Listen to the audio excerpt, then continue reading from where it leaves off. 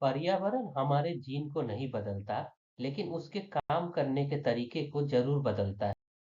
Gene expression का अर्थ है gene में मौजूद जानकारी का उपयोग करके प्रोटीन या आरएनए बनाकर।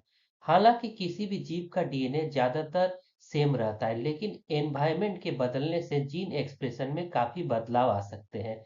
Environmental effects on gene expression का मतलब है कि बाहरी घटक जैसे टेम्परेचर, लाइट, खान पान, केमिकल, टेंशन, स्ट्रेस, ऑक्सीजन की मात्रा जीन के काम करने के तरीकों को प्रभावित करता है। इसी वजह से एक ही जीनोटाइप होने के बावजूद अलग-अलग फिनोटाइप दिखाई देते हैं।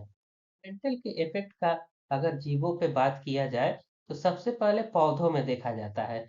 पौधों में रोशनी की उपस्थिति में क्लोरोफिल बनने वाले जीन्स एक्टिवेट होते हैं और क्लोरोफिल बनता रहता है। इसी तरह पौधों को फूल खिलने के लिए एक समय जरूरत होता है कि दिन में उतना धूप रहे और रात इतनी जरूरत हो। अगर इससे कम या ज्यादा होता है तो उनमें फ्लावरिंग नहीं होती। एक खास तरह की बिल्ली होती है जिसे सियामीज बिल्ली कहते हैं। इसका खासियत होता है उनका कलर पैटर्न। इनके शरीर का मुख्य हिस्से सफेद होते हैं, पर कुछ जगह काले धब्बे दिखाई पड़ते हैं। ये किस लिए होता है? ये एक खास जीन के वजह से होता है जो पिगमेंट बनाता है। तो शरीर का मुख्य हिस्सा गर्म रहता है, इसलिए वहां पिगमेंट नहीं बनता। जहां हल्का होता है, जो हवा के संपर्क में रहता है, जैसे कान, नाक, पूंछ, तो वहां आप देखेंगे काले धब्बे होते हैं, क्योंकि वह एंजाइम ठंडी में काम करता है और गहरा रंग बनाता है।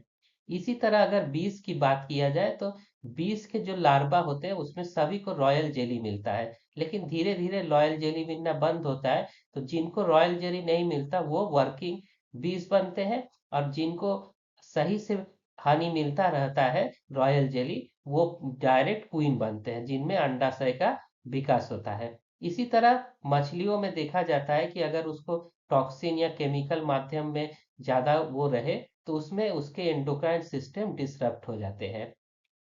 कुछ चूहों के केस में भी देखा जाता है कि जो रैट की फीमेल होती है, वो अगर अपने बच्चों का ज्यादा केयर करती है, लीकिंग ग्रूमिंग करती है, तो उनके बच्चों में स्ट्रेस कम होता है। वहीं जो माए अपने बच्चों का अच्छे से लीकिंग ग्रूमिंग नहीं करते, वे बड़े बच्चे होकर स्ट्रेस्ड हो जाते हैं। इस प्रकार हम कह सकते हैं कि जो फिनोटाइप हमें दिखता है वो जीनोटाइप और एनवायरनमेंट के परस्पर क्रिया का परिणाम होता है। एनवायरनमेंट जीन रेगुलेशन जीवन को अनुकूल बनाते हैं और एवोल्यूशन में महत्वपूर्ण भूमिका निभाते हैं। Thank you.